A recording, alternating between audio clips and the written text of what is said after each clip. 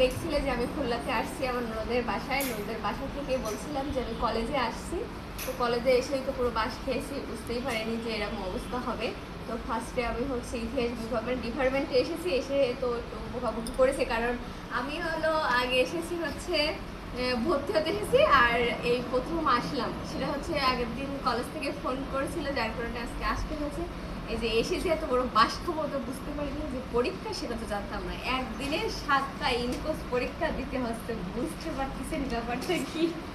মানে বিয়ের পর যে কি প্যারা বলার মতো। মানে আমরা 5জন হয়তো পরীক্ষা দিতে পারছিলাম, ওখানে লিখছি ওরা 3জন, আমরা 3জনে লিখছিলাম, আর 2জন হয়তো হয়ে গেছে, আমারটা এই আর এরা 2জন এখন লিখছে প্রচুর। এখন কয়টা বাজে?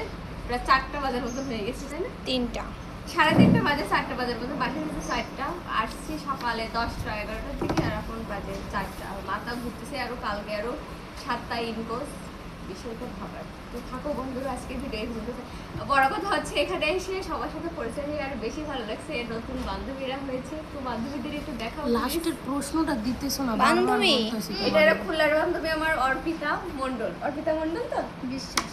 অর্পিতা বিশ্বাস নতুন বান্ধবী হয়েছে। আর এর বাসা হচ্ছে পটুয়াখালীতে, দেখা হবে এলাও না? না না দেখেন ও আচ্ছা, এলাও না, যাই হোক পটুয়াখালীতে। তোমার নামটা তো আমি জানি না। স্নেহা।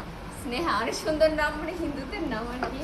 আর 2টা বান্ধবী আছে পিছনে, অনেক ক্যামেরা আছে, তো এলাও না। ক্যামেরাম্যান? হ্যাঁ, ক্যামেরাম্যান করছে আমার মান? বান্ধবী। Camera girl. মান? ক্যামেরাম্যান অর্পিতা, তাই তো? অর্পিতা না, প্রেমা মণ্ডল। প্রেমা মণ্ডল। আর ওই বান্ধবীর নাম এইভাবে আমি বলতে জানি না। বান্ধবী তোমার নামটা কি? ফাতেমা খাতুন। ফাতেমা খাতুন। মানে আমরা 5জন, মানে আমি ফার্স্ট টাইম এসেছি, সবার সাথে নতুন পরিচয়, অনেক সুন্দর লেগেছে। আমি এসে তো কিছুই জানতাম না যে কিভাবে পরীক্ষা দেবো, ওরাই আমার কোশ্চেন দিয়েছে, তারপর উত্তরপত্র দিয়েছে, সব দিয়েছে। তো আজকের ভিডিও এই পর্যন্ত থাকছে, থাকো তাহলে, বাই।